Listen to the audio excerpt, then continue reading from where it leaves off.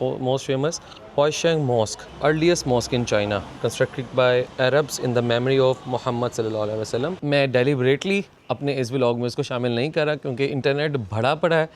कितने लोगों की मैं वीडियोस देखता हूँ जो कि बता रहे हैं कि ये साद बिन अबी वक़ास का टॉम्ब है यहाँ पे। ये क्लोथिंग, शूज़ और एसेसरीज, ज्वेलरी वगैरह की मार्केट है। ये तो इतनी बड़ी मार्केट है कि आप बस इसके अंदर गुम ही हो जाए। ये एक कॉरिडोर है वो आगे तक। तो ये है अभी प्लाज़ा की बैक साइड, चेक करो। ये सारा माल जो ऑर्डर हो रहा है, ये पीछे शिपमेंट कंपनीज है सारी, यहाँ से पूरी दुनिया से ऑर्डर्स आ रहे हैं और ऐसे जाते हैं अभी चाइना से सारा माल पैक होकर। अभी तक मैं मेट्रो का जो नीचे अंडरग्राउंड वाला एरिया, ये उधर ही फिर रहा हूँ मैं अभी तक।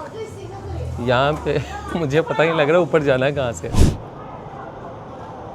हाँ, ये होती है कॉफ़ी। ओके, अब एक तो रात भी हो गई है, बारिश भी रुक गई है, ठंड बड़ी मज़ेदार है इस वक्त और लाइटिंग जो है वो बहुत ज़बरदस्त इसको बना रही है बीजिंग रोड की वॉकिंग स्ट्रीट पे।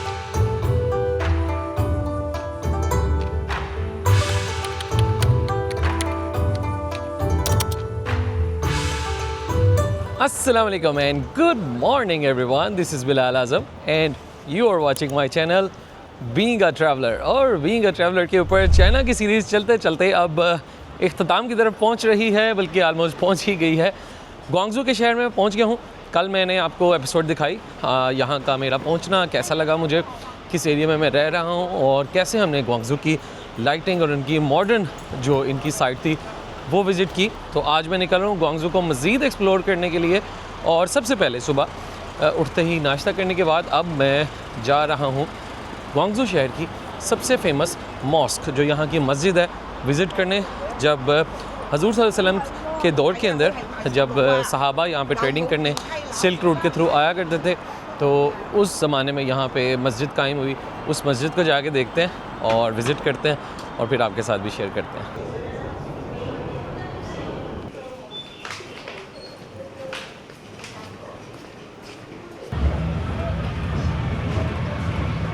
ओके जी, सो मैं चाइना की सबसे बड़ी मुस्लिम कम्युनिटी जो रहती है वो ग्वांगझू में रहती है और उस कम्युनिटी का भी जो मेन सबसे बड़ा हब है वो यहाँ पे है ग्वांगझू के हुआइशेंग मॉस्क के पास।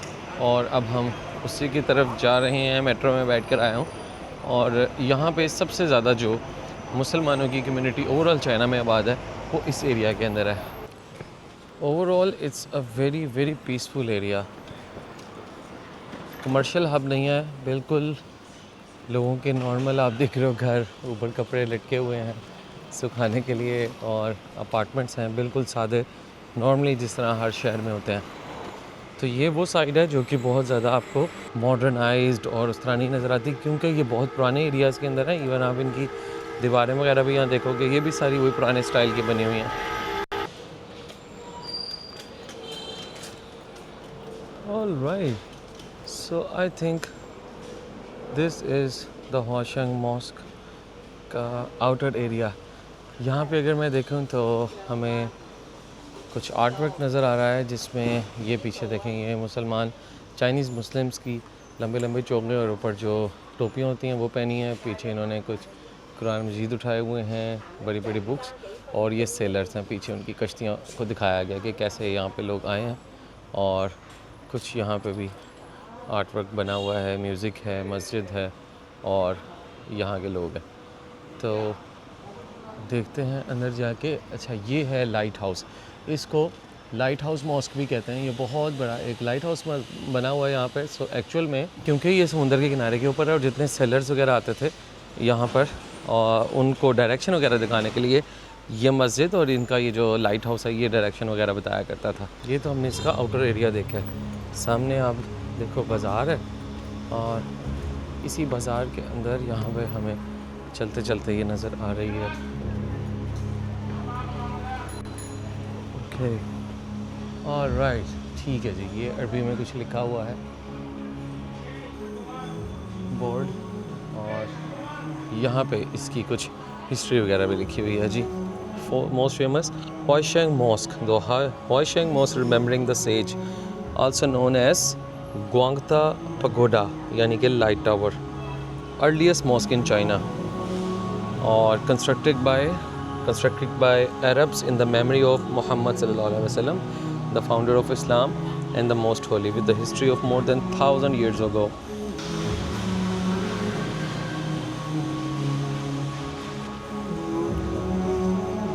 तो यहाँ से हम इस मस्जिद में अब एंटर होते हैं. This is one of the largest mosque. So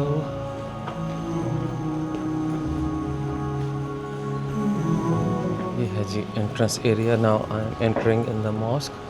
ये चेक करें तो इस मॉस्क में ओवरऑल अगर आप देखोगे तो मुस्लिम अरब आर्किटेक्चर और चाइनीज़ आर्किटेक्चर, इन दोनों का मिक्सचर आपको नज़र आएगा. डिफरेंट लॉबीज़ बनी हुई हैं, डिफरेंट जगह बनी हुई हैं. और यहाँ पे आप आकर देखो, ये मस्जिद का सहन है और सामने है मस्जिद का हॉल. ये पगोडा स्टाइल के अंदर जो चाइनीज़ पगोडाज होते हैं, डिफरेंट जो उनकी छतें होती हैं, ऊपर से आपको वैसे नज़र आएगा. और साथ ये जो अरब के जो खजूर के दरख्त हैं और पाम ट्रीज़ हैं, बेसिकली जो अरब की पहचान, वो भी यहाँ पे लगे हुए हैं. तो मदीना की जो लुक है वो ओवरऑल आपको यहाँ पे मिलती है. तो एक्चुअल में आपको पता है कि दुनिया का सबसे फेमस ट्रेडिंग रूट और सबसे पुराना और सबसे लंबा ट्रेडिंग रूट, जिसको सिल्क रूट कहा जाता है या शाहर रेशम कहा जाता है, ये वो रूट है जो कि मुसलमान ट्रेडर्स ने स्टार्ट किया था फ्रॉम यूरोप टू चाइना. और सिल्क वगैरह, सिल्क और चाय ये यहाँ से जाया करती थी और वहाँ से भी फिर चीज़ें यहाँ पे आया करती थी. तो उसी दौरान वहाँ पे जब मुसलमान यहाँ पर आए, हुज़ूर सल्लल्लाहु अलैहि वसल्लम की वफ़ात से भी पहले 627 ईस्वी के अंदर ये मस्जिद बनाई गई. वैसे हुज़ूर सल्लल्लाहु अलैहि वसल्लम की जो वफ़ात है वो 632 ईस्वी के अंदर हुई थी. तो ये जब मुस्लिम ट्रेडर्स वगैरह यहाँ पे उसी दौरान सहाबा इकराम आया करते थे, उन्होंने ही इस मस्जिद की बुनियाद रखी. तो ये बहुत पुराने उस ज़माने के दरख्त लगे हुए हैं, चेक करें. और यहाँ पे मुझे कुछ नज़र आ रहा है कि आई थिंक कुछ खाना वगैरह भी चल रहा है. और इसके अलावा यहाँ पे आई थिंक कुछ जमात आई हुई है, मुझे लग रहा है. अस्सलाम वालेकुम.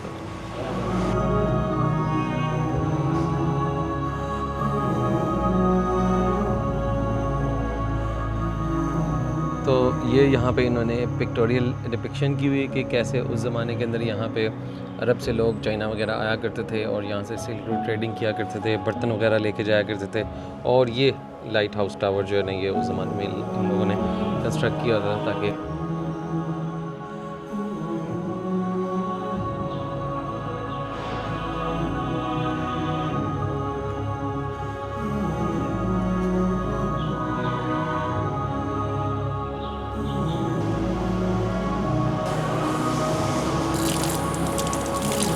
चलें जी. अल्लाह ने इतनी तौफीक दी है, हम इतनी दूर आए हैं चाइना में, और वो मस्जिद जो कि 627 ईस्वी में बनी, हम यहाँ भी अपनी नमाज अदा कर लेते हैं.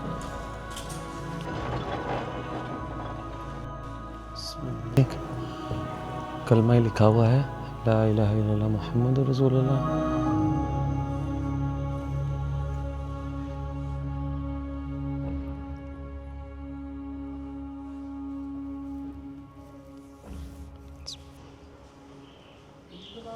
ऑलराइट जी, अल्हम्दुलिल्लाह नमाज हमने पढ़ ली है. और एक और चीज़, यहाँ से थोड़े से ही फासले पे अगर हम वॉकिंग डिस्टेंस पे जाएँ तो एक मज़ार है. और जो लोग भी यहाँ पर आते हैं, इस मस्जिद में आते हैं ग्वांगझू में, वो उस मज़ार पे ज़रूर जाते हैं जो कि फ़ेमस है. हज़रत साद बिन अबी वक़ास जो हुज़ूर सल्लल्लाहु अलैहि वसल्लम के बहुत अच्छे सहाबा, उन जो कि हुज़ूर सल्लल्लाहु अलैहि वसल्लम के मामू भी थे और अशरा मुबशरा में भी शामिल थे. कहा जाता है कि ये उनका मज़ार है, लेकिन ये गलत है. इसलिए मैं अपने इस व्लॉग में शामिल नहीं कर रहा. एक्चुअली चाइनीज़ ट्रेडिशन के मुताबिक इन लोगों ने हज़रत साद बिन अबी वक़ास का ही मज़ार उसको डिक्लेयर किया हुआ है. लेकिन जिसने थोड़ी बहुत भी अरब की हिस्ट्री पढ़ी हो एज़ अ मुस्लिम, आपको हज़रत साद बिन वक़ास की लाइफ का पता हो, तो उनकी जो डेथ है वो चाइना के अंदर नहीं हुई. उनकी डेथ और उनका मज़ार और उनकी कब्र जन्नतुल बकी मदीना के अंदर है, यहाँ पे नहीं है. ये ज़रूर हो सकता है कि हज़रत साद बिन अबी वक़ास हुज़ूर सल्लल्लाहु अलैहि वसल्लम के पीरियड के अंदर हो सकता है उन्होंने कोई तजारती काफ़िले के साथ सफ़र किया हो, यहाँ पे क़याम किया हो, इस मस्जिद में रहे हों, और यहाँ के लोगों ने उनसे मंसूब जो है वो हो सकता है कोई वो जगह बना ली हो. या कोई सेम नाम वाला भी मुसलमान यहाँ पे हो सकता है, जिसकी वजह से उन्होंने उस टॉम का नाम अबी वक़ास, साद बिन अबी वक़ास टॉम रखा हुआ है. मैं डेलिबरेटली अपने इस व्लॉग में इसको शामिल नहीं कर रहा क्योंकि इंटरनेट भरा पड़ा है. कितने लोगों की मैं वीडियोस देखता हूँ जो कि बता रहे हैं कि ये साद बिन अबी वक़ास का टॉम्ब है यहाँ पे, उनका टॉम्ब यहाँ पे नहीं है साद बिन अबी वक़ास का। इवन चाइना का ट्रैवल भी अरब की हिस्ट्री में कहीं से साबित नहीं है, लेकिन फिर भी क्या सराई की जा सकती है थोड़ी बहुत, लेकिन ओवरऑल कहीं भी। लेकिन ओवरऑल हज़रत साद बिन अबी वक़ास कूफा के गवर्नर थे, इराक़ के अंदर उन्होंने हुकूमत की, और फिर उसके बाद हज़रत उमर फ़ारूक रज़ी अल्लाह ताला अन्हु ने उनको मदीना वापस बुला लिया था, और उसके बाद हज़रत साद बिन अबी वक़ास की मदीना के अंदर ही डेथ हुई थी। तो ये है इसकी हिस्ट्री, इसलिए हम अभी फ़िलहाल उधर नहीं जा रहे, और अब चलते हैं यहाँ से बाहर। काफ़ी पाकिस्तानी आपको यहाँ पे नज़र आते हैं, क्योंकि आपको इसके अराउंड हलाल खाना भी मिल जाता है, और मस्जिद में नमाज़ वगैरह भी लोग यहाँ पे पढ़ने आते हैं। तो जी चलते हैं अब हम ग्वांगझू की, अब जो मेन हब है उसकी शॉपिंग एरिया है, जो इसकी कुछ मार्केट्स हैं वो देखनी है, उनकी जो होलसेल मार्केट्स हैं को एक दो मैंने नोट डाउन की हुई हैं। हज़ारों मार्केट्स हैं यहाँ पे, सारा तो नहीं हम विज़िट कर सकते, लेकिन जो हैं वहाँ पे चलते हैं। चलें जी, जाएंगे तो हम बाद में। मुझे एक कॉफ़ी नज़र आ गई फाइनली, बरिस्ता बेस्ड वेगा की मशीन। यही एक छोटी मशीन मेरे पास भी है वेगा कंपनी की, और अंदर चलते हैं। बहुत ज़बरदस्त एरोमा आ रहा है जो प्योर एक कॉफ़ी हाउस का आता है, तो यहाँ पे भी अगर हम खुद बनाएं तो बहुत मज़ा आएगा।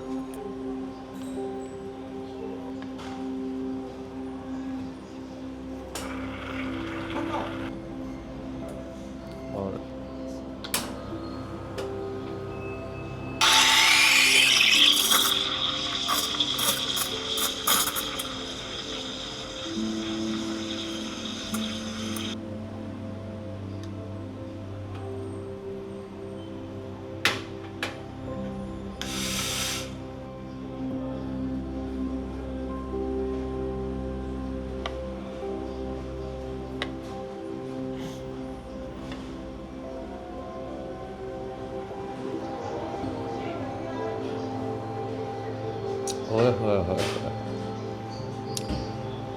सही फिट अंदर जाके लगी है यार, बड़ी देर बाद।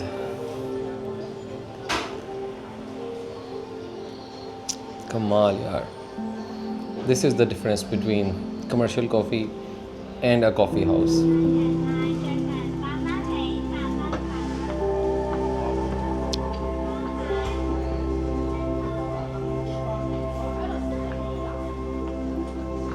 तो मस्जिद के पास ही ये एक फ़्रूट मार्केट लगी हुई है छोटी सी। यहाँ पे फ्रूट, सब्ज़ी, बल्कि इवन फ्लावर्स भी अपने घर के लिए इन लोगों ने यहाँ पे रखे हैं। बहुत ही खूबसूरत वेजिटेबल्स यार, इनकी कमाल है। एक ही टाइप के आपको सैलड्स देखोगे ना, बहुत ही ज़बरदस्त। चेक करें कितने किस्म के आपको सैलड्स यहाँ पे नज़र आएंगे, और इवन मिर्चों की भी आपको बहुत टाइप्स नज़र आएंगी। ये आप चेक करें, काओ के डिफरेंट पार्ट्स के ना इन्होंने डिफरेंट रेट्स रखे हुए हैं। ये सही है, ये चेक करें, पूरी गाय बना दी है और लिख दिया भाई ये वाली जगह लोगे तो इतने पैसे, ये वाला कट लोगे तो इतने पैसे। ये है सही प्रोफेशनल वे बेचने का।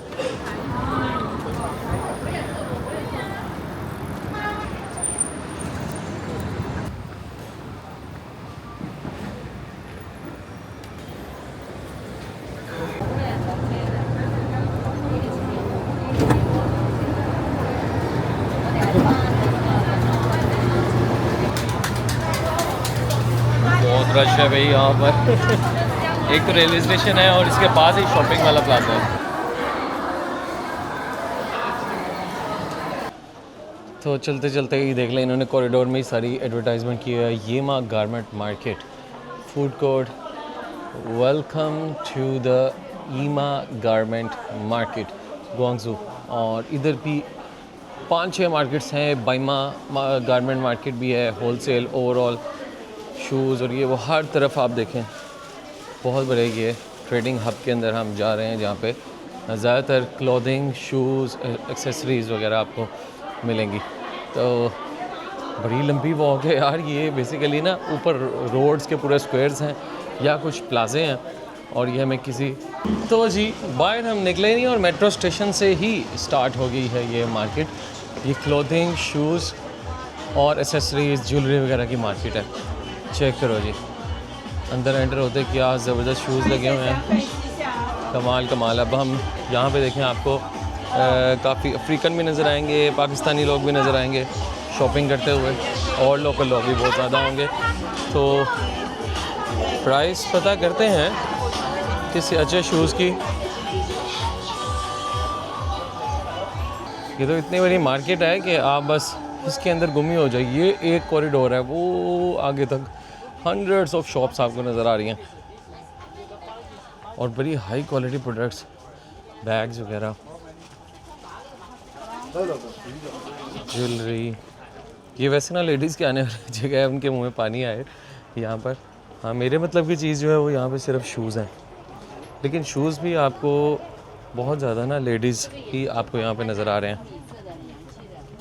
ये यहाँ पे मेरा 150 युआन और ये भी 150 युआन। तो एक्चुअल में मैं ये ले आया था वुहान से, मुझे मिला था 90 is okay for this 90 no and final price for this how much? No, 90. The last last price 130 okay जी। प्राइसेस जो है ना वो ऑलमोस्ट इसने काफ़ी कम कर दिए हैं, जैसे मैंने वुहान में देखी थी। कैब से बड़ी ज़बरदस्त है यार यहाँ पर। वैसे ओवरऑल बैग्स हैं यहाँ पर आपको ऑलमोस्ट। शूज़ तो भाई बहुत ज़बरदस्त मिलते हैं। मैंने खैर पहले यहाँ से आने से पहले ही ले लिए हुए हैं, लेकिन आपको 2 से 2,500 पाकिस्तान रुपीज़ के अंदर ये बहुत अच्छा शूज़ मिल जाता है, जो कि नॉर्मली अगर आप लें तो ये कोई 10,000 से ऊपर वाला शूज़ है। ये थोड़ा बाहर भी चलते हैं, मुझे लगता है कि हम अंदर ही अंदर रह गए हैं और मार्केट्स असल में बाहर भी हैं। ये देखें, ये पैकिंग शैकिंग चल रही है, माल तैयार हो रहा है और फूड वगैरह भी चल रहा है। तो इधर जो मेन बड़े ब्रांड्स हैं आपको उनकी आउटलेट्स भी मिलेंगी। जो सामने वाला है ये है जिमा गारमेंट मार्केट। सो जितने भी ब्रांडेड सारे कपड़े हैं वो आपको यहाँ पे मिलेंगे।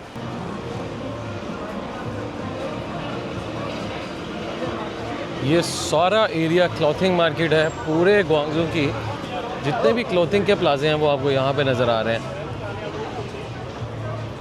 ये लाइन के अंदर है अभी सारे, एक इधर जा रहा है, एक राइट हैंड पे है, एक लेफ़्ट हैंड के ऊपर है और इधर आपको वर्कर्स सबसे ज़्यादा नज़र आ रहे हैं जो आपका सामान वगैरह लोड करने के लिए ना आपके साथ साथ फिरते रहते हैं, आपसे रिक्वेस्ट करते रहते हैं। मैं जाऊँ तो मुझे कुछ समझ नहीं आ रही कहाँ जाना है, किस प्लाजे में जाऊँ। ऐसे ना देखने में आपको सारी चीज़ें आलमोस्ट सेम ही लगती हैं। आप एक प्लाज़ा फिर लेते हो या 1-2 कॉरिडोर्स भी देख लेते हो ना, फिर आलमोस्ट बाकी चीज़ें आपको वैसी मिलती हैं। बाकी कपड़े शपड़े तो पाकिस्तान में भी आपको पता है हमारे ज़्यादा ओवरऑल सस्ते ही मिलते हैं यहाँ पे जी। एक बहुत बड़ी मार्केट है। एरिया मैं आपको बता दूँ, एरिया ये एक्चुअल में है ग्वांगजू रेलवे स्टेशन। इसके पास ही रेलवे स्टेशन है और उसके पास ही उसी स्टेशन से मैं बाहर निकला हूँ और ये सारी आपको मार्केट्स वगैरह नज़र आ रही हैं जितनी भी। ये बहुत बड़े बड़े प्लाजे हैं और ये यहाँ का सबसे बड़ा प्लाज़ा है, इसका नाम APM है और जिमा मार्केट है। तो इसके अंदर चलते हैं। ये तो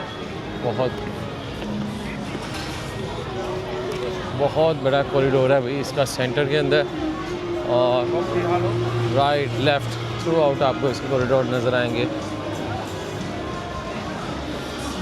100 के 3, 100 के 3, 120 के 2, इस तरह यहाँ पे लग रहे हैं बेसिकली। तो 180 रुपये की 80 युआन की सॉरी ये एक शर्ट है, ऑलमोस्ट 3200 से 3500 रुपये पाकिस्तान की। इसके अलावा बैग्स वगैरह अगर हम देखें तो यहाँ पे आपको बैग्स भी नज़र आ रहे हैं। तो आपका बेसिकली जितने फ्रंट पे होंगी वो ओब्वियसली आपको महंगी मिलेंगी, जितना आप अंदर जाते जाओगे आपको थोड़ी सी फिर सस्ती मिलेंगी। फ़ायदा उसको ग्वांगजू आने का उसी को होता है जो एक्चुअल में हज़ार पीस यहाँ से ख़रीदे, कंटेनर भर के लेके जाए, उसको कौड़ियों के भाव मिलता है। तो वो फिर वो पाकिस्तान में जाके अपने मुल्क में जाके ज़रा अच्छा मार्जिन वगैरह ऐड करता है। अदरवाइज़ अगर आप एज जो कस्टमर बस इधर से लेते हैं ना तो आपको महंगी पड़ती हैं। No doubt quality of garments material is very high, very good. Check करें ना, ये है आप देखें होलसेल मार्केट, बट उस मार्केट के अंदर भी उन्होंने प्रॉपर ब्रांड स्टोर्स अपने बड़े बड़े खोले हुए हैं। तो देखें जी कैसे हम एक बिल्कुल पहले सादा सा था प्लाज़ा जहाँ पे हम देख रहे थे, और अब यहाँ पे सारी लग्जरी क्लॉथिंग आ गई है। टोटली माहौल भी चेंज हो गया। एक इस तरह है चाइना के यहाँ पे सारे होलसेल स्टोर्स अगर आपने लेने हों। और असल चीज़ क्या है कि देखें, ये इन्होंने अपनी मेन प्रोडक्ट्स बना के दिखा दिए हैं कि भाई हम इस तरह का लग्जरी लेवल का मटेरियल और प्रोडक्ट्स वगैरह बनाते हैं। आपने सिर्फ हमसे लेबलिंग करवानी है, अपना टैग लगवाना है, अपना ब्रांड नेम लगवाना है, हम आपको ये सारी चीज़ें बना कर दे देंगे। तो ओवरऑल दुनिया में ऐसा ही होता है। जितने भी ये बड़े बड़े H&M हो गया और इवन जो स्प्लैश हो गया या जो गुची हो गया, इन सब के आपको पता है सारी फैक्ट्रियाँ पाकिस्तान के अंदर भी लगी हैं, इंडिया बांग्लादेश के अंदर लगी हुई हैं, और इसी तरह ही वो लोग इनको बना कर दे रहे हैं, सारी वाइट लेबलिंग वगैरह कर रहे होते हैं। तो ये है अभी प्लाज़ा की बैक साइड, चेक करो, ये सारा माल जो ऑर्डर हो रहा है, ये पीछे शिपमेंट कंपनीज़ है सारी, यहाँ से पूरी दुनिया से ऑर्डर्स आ रहे हैं और ऐसे जाते हैं अभी चाइना से सारा माल पैक होकर। ये पीछे सारी शिपमेंट कंपनीज़ हैं और ट्रकों में लोड होकर यहाँ से वेयर हाउसेस जाती हैं और फिर वहाँ से शिपमेंट कंपनीज़ जो हैं उनको ले जाती हैं। तो ये चेक करो, ये है उसका बैक एंड और ये है जनाब फ्रंट एंड, जहाँ पे सारी शॉपिंग हो रही है।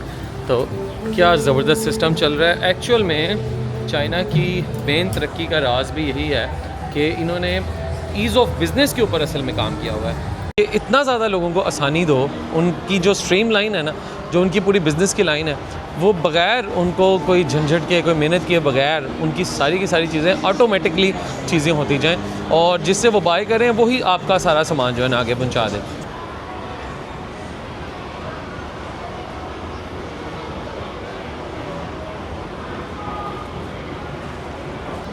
इनके आप ब्रांड के नाम देखोगे ना, बड़े ज़बरदस्त होते हैं। एंड्रॉयड से एनडीडीओ, इस ब्रांड का नाम है जी UM और इस ब्रांड का नाम है जी आज। अब ये ब्रांड एक्चुअल में आपके लिए बैठे हुए हैं, ये आराम से अपना टैग उतारेंगे और आपको बना कर दे देंगे। एक्चुअल में इनका काम ये है, आज वालों से आप चीज़ बनाओगे अपने कल की।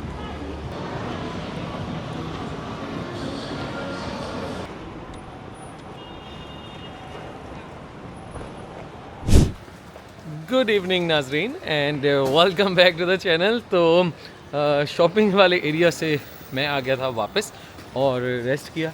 शाम हो गई है और अचानक एकदम के अंदर जनाब सर्दी हो गई है ग्वांगझू में। कल तक जो है अच्छी खासी गर्मी थी और अचानक जो है वो ठंडक आ गई है और मुझे अपर पहनना पड़ गया और हल्की हल्की सी बारिश भी हो रही है। तो मैं अभी प्लान ये कर रहा हूँ कि इनकी एक बहुत खूबसूरत एक बीजिंग रोड है, लास्ट डे है और कहते हैं ग्वांगझू आए और अगर आप बीजिंग रोड नहीं गए तो आप ग्वांगझू नहीं आए। तो चलते हैं जनाब जल्दी से, इससे पहले कि कहीं बारिश तेज़ ना हो जाए और सर्दी ज़्यादा ना हो जाए। हमारा आज आखिरी दिन है चाइना के अंदर और ग्वांगझू के अंदर। ट्रेन पकड़ते हैं और चलते हैं जनाब बीजिंग रोड। लें जी, बीजिंग रोड के स्टेशन में पहुँच गया और जो भी कोई जगह बड़ी हैवी होती है, बड़ी पॉपुलर होती है, उसके जो स्टेशंस होते हैं ना, वहाँ से आपको वो फील आना शुरू हो जाती है। जैसा कि आप अभी देख रहे हो कि हम अभी ये मेट्रो का जो अंडरग्राउंड स्टेशन है, हम उसी के अंदर ही फिर रहे हैं, लेकिन आपको एडवर्टाइजमेंट, आउटलेट्स, खाना पीना जो है ना वो नज़र आने लग जाता है। तो हैरानी की बात ये है भाई कि अभी तक मैं मेट्रो का जो नीचे अंडरग्राउंड वाला एरिया, ये उधर ही फिर रहा हूँ मैं अभी तक। यहाँ पे मुझे पता ही लग रहा ऊपर जाना है कहाँ से। आए तो हम स्ट्रीट पे थे बीजिंग, लेकिन ये नीचे ही किसी फूड स्ट्रीट के अंदर ही कहीं पे मैं गुम गया हूँ। ओके जी, सो कोई रास्ता मुझे नज़र तो आया है, रोड नज़र आ गया फाइनली। चेक करें ये मैं कितनी देर बाद बाहर निकला हूँ। बाहर तो एकदम ठंड हो गई है यार, विदिन 1 डे ठक करके सर्दी आई है।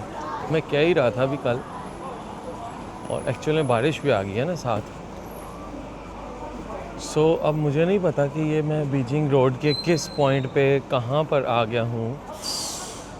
बहुत बड़ा ये कोई स्क्वायर है।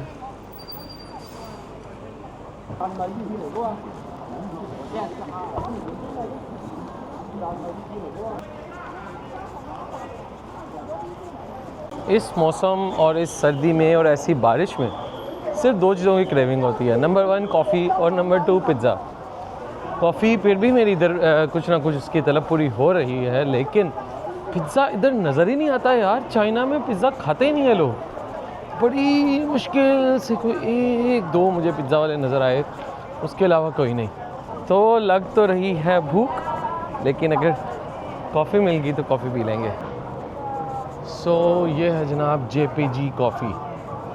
ठीक है जी, एस्प्रेसो मशीन भी है इधर, और ये कुछ मुझे लग रहा है अच्छी बनाएंगे।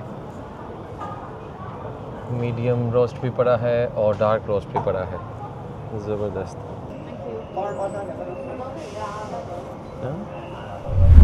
21। ये देखें यार, सिंपल ये स्ट्रीट है, ये वॉकवे है, और ये इन लोगों ने यहाँ पे बनाया हुआ है, और बस ये यहाँ पे सीट्स रखी हुई हैं, तो यहाँ पे बैठ के पीते हैं कॉफ़ी, ज़रा एंजॉय करते हैं इस ठंड को।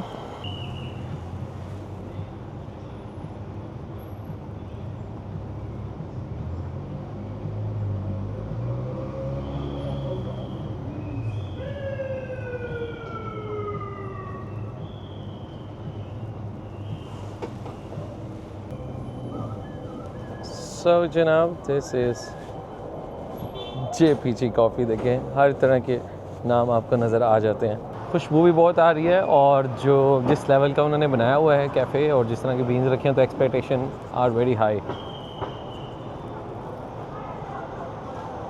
हाँ, ये होती है कॉफ़ी।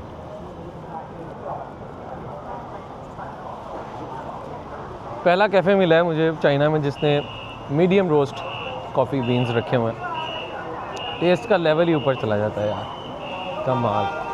ओके जी, सो कॉफ़ी पीने के बाद फाइनली वॉक करते करते हम आ ही गए हैं Beijing road pedestrian walking street के ऊपर, और पता ही लग रहा है कि ये मेन हब है, क्योंकि आपको इस तरफ नाइकी का स्टोर, इस तरफ आपको एडिडास का, और ये हमेशा उसी कॉर्नर पे बनाते हैं अपने स्टोर, जो सबसे ज़्यादा मोस्ट विजिटिंग प्लेस होती है किसी भी शहर की। तो बारिश की वजह से आपको ये अब वॉकिंग एरिया जो है ना एक्चुअल में खाली नज़र आ रहा है। ये सीन हो गया है, ये देखो बिल्कुल सब लोग कॉरिडोर के ऊपर है, तो कोई नहीं, हम बारिश में वॉक करते हैं हल्की हल्की सी। तो ये प्रॉपर इन्होंने पूरा वॉकिंग रैम्प बनाया हुआ है वॉकिंग मॉडलिंग वगैरह करने के लिए, और साइडों पे आपको इधर हुआवी के मोबाइल, मतलब हुआवी के मोबाइल अलहदा है और हुआवी की गाड़ियाँ अलहदा हैं यार। सो यहाँ पे ना एक्चुअली मुझे पूरे यूरोप की टच आ रहा है इस पूरी स्ट्रीट के अंदर। जो सामने स्पेशली जो डोम वाली बिल्डिंग बनी हुई है, वो बिल्कुल ऐसे लग रहा है जैसे हम रोम के अंदर आ गए हैं शायद।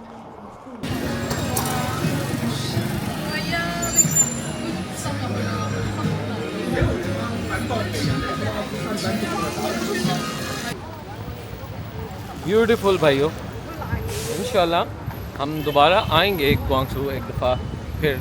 कांटन फेयर मेरे से मिस हो गया है, नेक्स्ट टाइम मैं ज़रूर दोबारा से ट्राई करूँगा कांटन फेयर पे आने की, और आपको सबको दिखाऊँगा इंशाल्लाह कांटन फेयर कैसा होता है, खुद भी देखूँगा। और ब्रांड्स बनाना अब कोई इनसे सीखे। चाइना ने टोटल जो है अपनी इकॉनमी को रेप्लिकेट किया है वेस्ट से सीख के, और ख़ुद अब आगे निकल गया। जिस तरह वेस्ट ने ये ब्रांडिज़म स्टार्ट किया, चाइना ने उनको हेल्प आउट किया उनकी प्रोडक्शन के अंदर, और उन्हीं से सीख के अब जिस लेवल के ऊपर चाइना अपने आप को ले गया है ना, अनबयानेबल ग्रोथ। और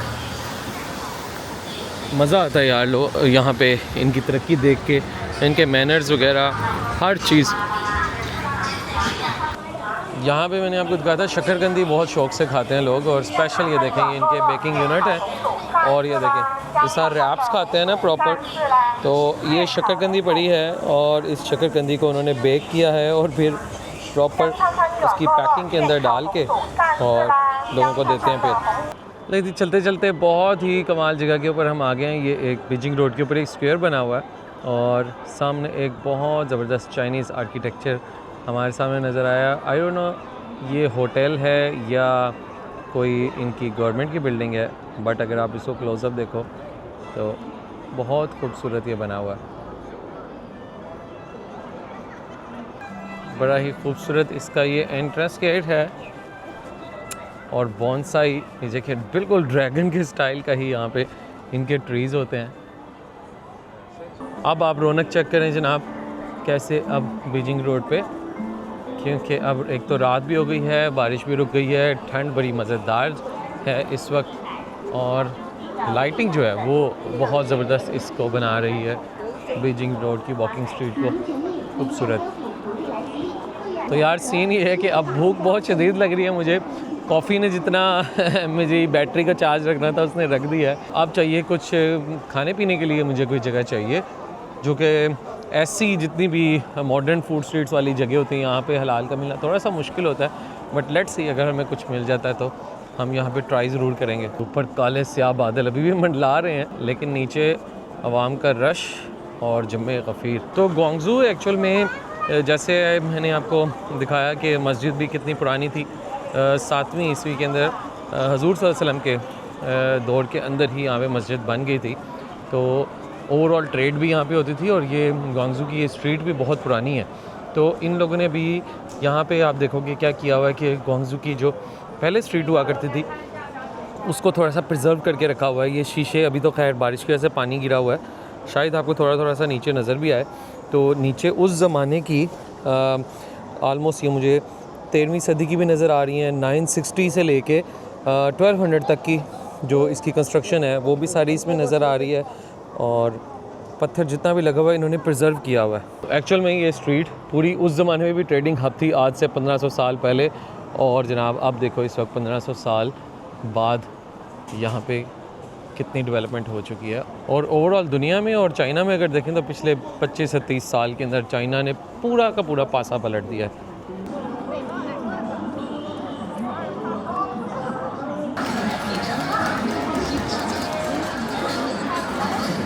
तो किसी चलते फिरते कुछ स्नैक्स ट्राई कर लेते हैं। ये मुझे काफ़ी दिनों से नज़र आ रहा था, ये एक डिफरेंट शेप्स के अंदर पैनकेक होता है।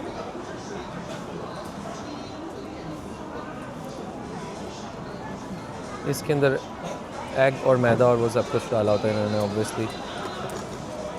ऑलराइट, तो डिफरेंट सिंपल फ्लेवर है, चॉकलेट फ्लेवर है और माचा फ्लेवर भी है। ओके नाजरीन, ओह वाओ, तो ये है जी 12 युआन का बस। ऑलराइट, तो चलें जी, चलते चलते कुछ जो मिलता है फ़िलहाल हम वो तो खाते हैं।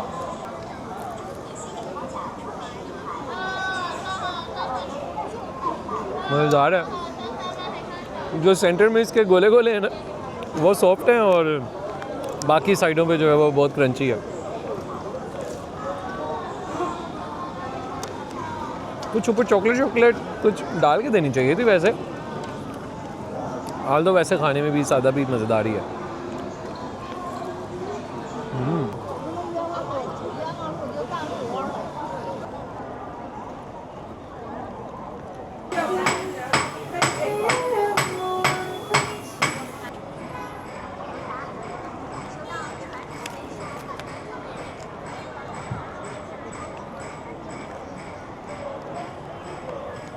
तो अगर कंपैरिजन किया जाए कल वाले ग्वांगजू की जगह का, जहाँ पे हमें सारी बिल्डिंग्स और कंटेंट टावर वगैरह नज़र आया था, वो भी जगह बहुत ज़्यादा हैपनिंग थी।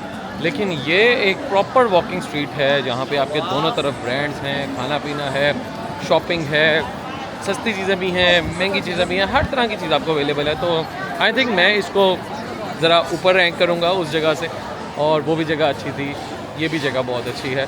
और ये बिल्कुल ऐसे ही जैसे आप टर्की के अंदर जाते हो तो आपको इस्तकलाल स्ट्रीट मिलती है, बाकू में जाते हो तो आपको निज़ामी स्ट्रीट मिलती है, समथिंग लाइक दैट।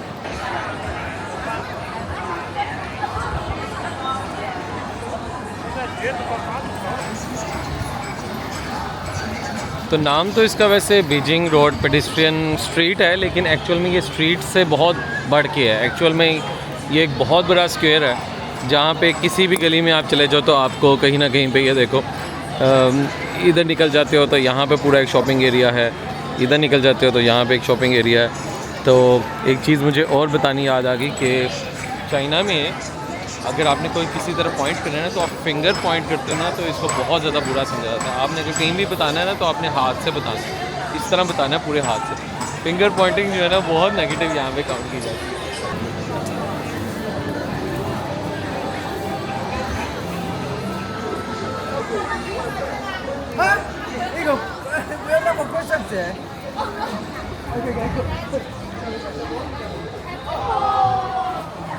तो चलते चलते ही एक दरमियान में ही चाइनीज़ टेंपल बना हुआ है और इनका स्माइलिंग बुद्धा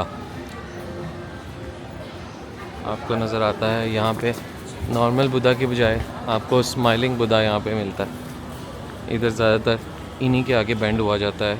जो भी लोग रिलीजियस एक्टिविटीज़ करते हैं वो स्माइलिंग बुद्धा के आगे देखें बैंड होते हैं ऐसे।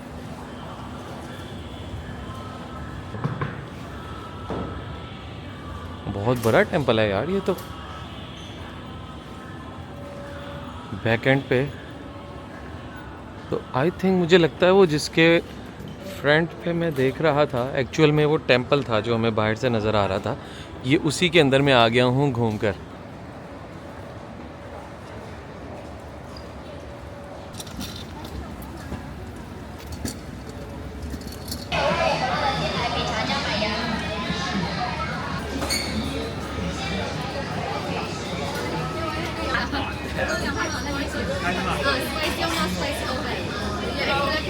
Look at this जनाब, वियतनामीज़ रेस्टोरेंट पूरा क्रिसमस स्टाइल के अंदर इन लोगों ने इसको सजाया हुआ है टाइगर प्रॉन के नाम से। और अगर हमें इधर अंदर बान मी मिल जाता है तो that would be over luck. Excuse me, बन मी हैव मेन्यू है। वाह जी वाह, बनाया तो ने बहुत खूबसूरत हुआ है। चेक करें जी कितना रश है यहाँ पर वियतनामीज़ रेस्टोरेंट में। So let's go upstairs. नीचे तो जगह नहीं मिल रही, so I need a single seat. Okay जी, so we are here in Vietnamese restaurant on Beijing road of Guangzhou. और मुझे जाते जाते याद आया कि यार मैं जब भी किसी कंट्री में आता हूँ स्पेशली इस रीजन में तो मुझे कोई ना कोई वियतनामीज़ रेस्टोरेंट एटलीस्ट ज़रूर ढूंढना होता है अपने लिए, ताकि मैं जो मेरी फेवरेट डिश है बान मी की वो मैं ट्राई कर सकूं। इस जैसा सैंडविच कहीं नहीं मिलता आपको। ओहो हो, कैसे आएगी बाहर। आइए, मेरा बाजू जो है ना वो फ्रैक्चर हुआ हुआ है। ओके,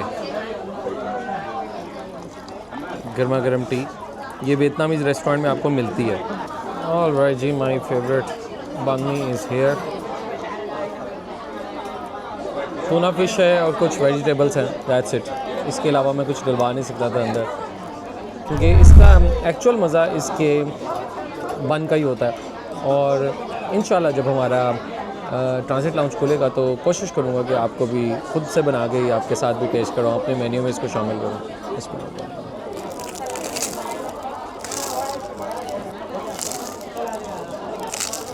बहुत कमाल यार, बहुत कमाल। ओके जी, सो मज़ा आ गया वियतनामीज़ बान मी का। और अब हल्की हल्की बाहर बारिश हो रही है, थोड़ा सा चक्कर लगाते हैं, उसके बाद हम चलेंगे अपने हॉस्टल वापस। वैसे तो गहमा गहमी बड़ी अच्छी चल रही है, जाने का मेरा दिल नहीं कर रहा, लेकिन हम अपने ग्वांगझू के व्लॉग को यहाँ पे ख़त्म करते हैं। और ग्वांगझू के व्लॉग के साथ साथ हमारी चाइना की सीरीज़ भी आलमोस्ट हो गई है ख़त्म। बस यहाँ से अब मुझे जाना है अपने हॉस्टल, बैग पैक करने हैं और फिर मैं पहुँचूँगा एयरपोर्ट। तो ओवरऑल जो घूमने फिरने से रिलेटेड, आपको दिखाने से रिलेटेड जो एपिसोड्स थी वो तो हो गई हैं ख़त्म। कल वाली एक लास्ट एपिसोड में आपके साथ शेयर करूंगा, जिसके अंदर मैं सारी की जितनी भी आपको डिटेल्स होती हैं, चाइना ट्रैवल से रिलेटेड टिप्स होती हैं, प्लस जो मेरा पूरे ट्रैवल का जितने भी दिन मैं यहाँ पे रहा होता हूँ, जो मेरे एक्सपेंसेस हुए होते हैं वो मैं आपके साथ शेयर करता हूँ, वो शेयर करूँगा आपसे नेक्स्ट एपिसोड में। चाइना की सीरीज़ देखने का बहुत शुक्रिया और पसंद करने का भी स्पेशली बहुत बहुत शुक्रिया। मिलता हूँ आपसे नेक्स्ट और लास्ट एपिसोड में। Keep watching being a traveller.